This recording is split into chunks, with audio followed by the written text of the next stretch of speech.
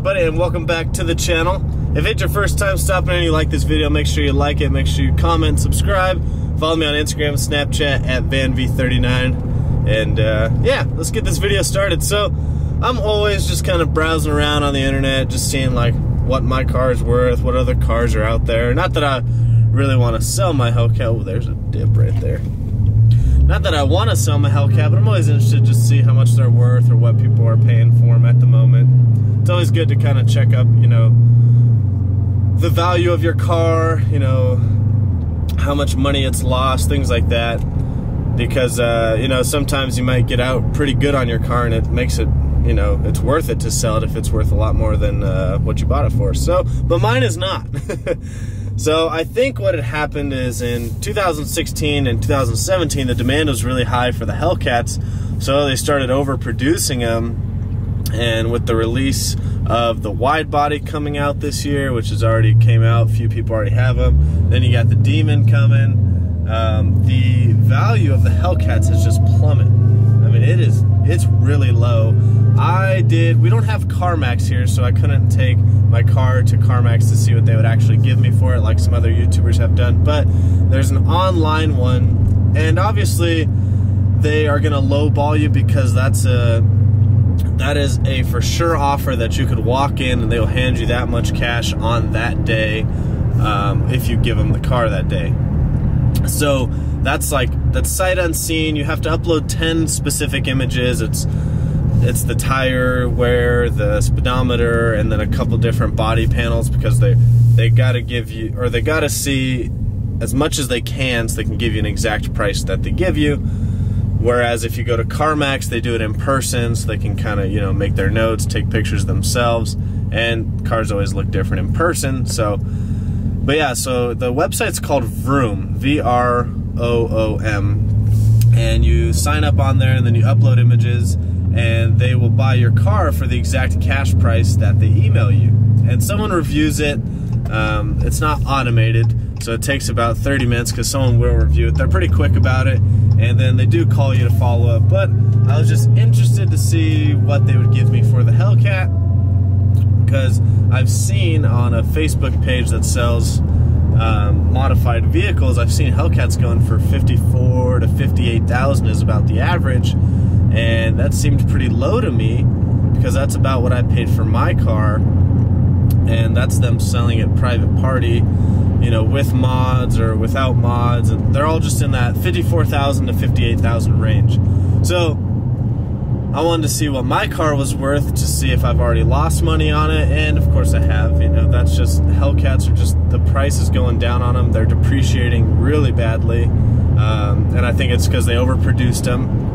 Luckily, my color is not rare, but they didn't make as many purple ones as some of the other colors you see.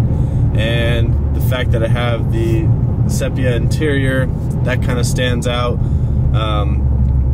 But yeah, other than that, I mean, it's still just a Hellcat. Yeah, mine makes 800 horsepower, but sometimes that makes the value go down even more because people know that you have modded it and they'd rather have a stock one.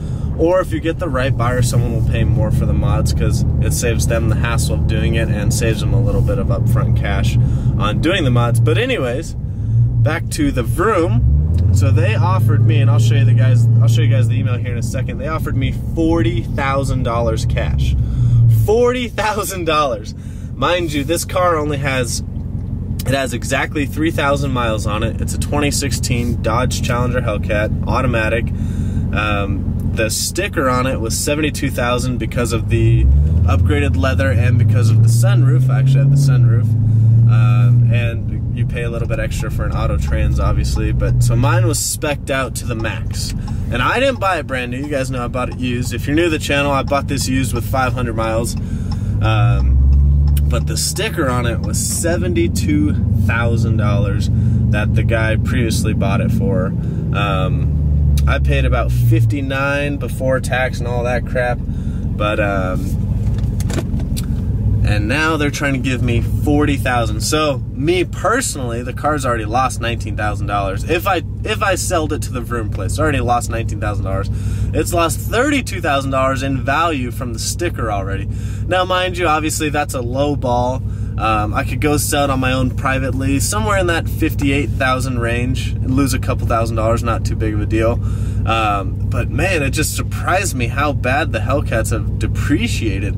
I don't even think other cars, such as like the ZL1, or even a Z06. Z06 obviously are more expensive, but ZL1's the same price range. And I've been keeping my eye on those, and those haven't really depreciated as badly as the Hellcats.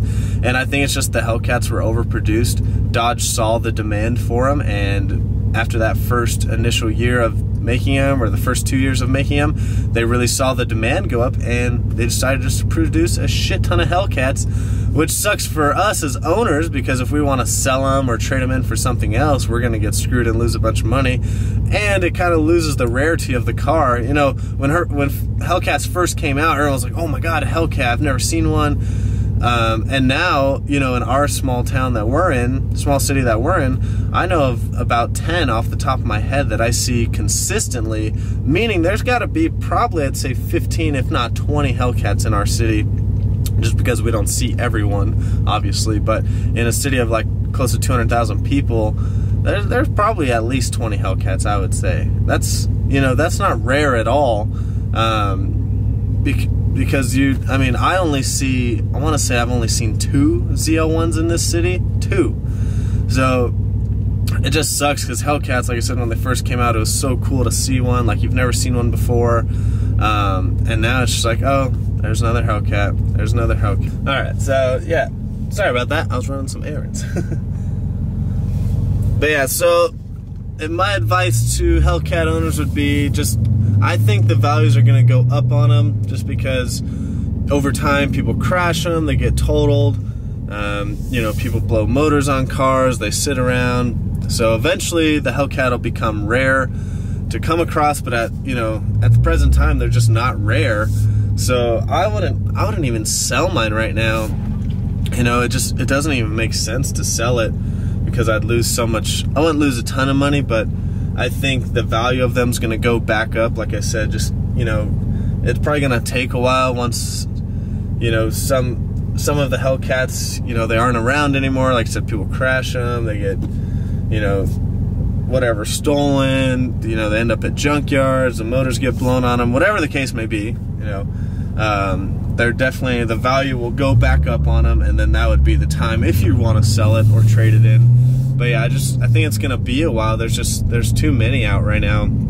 We have a dealership over here that's got 4 brand new ones, and they've just been, or no, it's 3 brand new ones. They've just been sitting there ever since I was looking for mine, which is I've almost had this car, I want to say 5 months, I think. It's like 4 or 5 months, and they've had those there this whole time. Brand new Hellcats too, 2017s. So I mean, they're gonna have to start dropping the price on the brand new ones too. So if you're looking for a Hellcat, or you watch this channel and you're interested in buying a Hellcat, now is probably the best time to buy one. I would go buy a used one, because they're still not gonna knock off that much at the dealer. But I would absolutely go buy a used one. I saw on this Facebook page some guys selling one for $54,000. It only had like 8,000 miles on it, and it was completely stocked. That's a freaking hell of a deal. I wish I would have known when I bought my Hellcat that they were going for that cheap.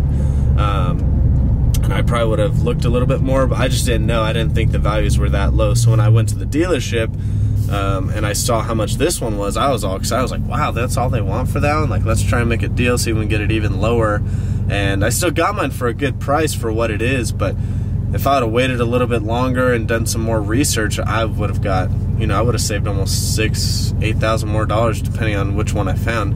But it's crazy to me how much they've dropped in value. So let me know your guys' thoughts below. $40,000 for my car. Obviously, if I went to trade in at a different dealership, they'd probably give me more money, but this is like an online guaranteed. You can go to one of their authorized dealers and they'll give you that exact amount for it. But still, $40,000 for a Hellcat, you gotta be crazy. And the fact that someone would even do that, that blows my mind. That blows my mind. But make sure you guys comment, like, subscribe as always. Let me know your thoughts below. Let me know what you would pay for my car if you wanted to purchase my car. I'll sell it to you for the right price, obviously. Not $40,000 though. That's crazy. But all right, guys, we'll see you on the next one.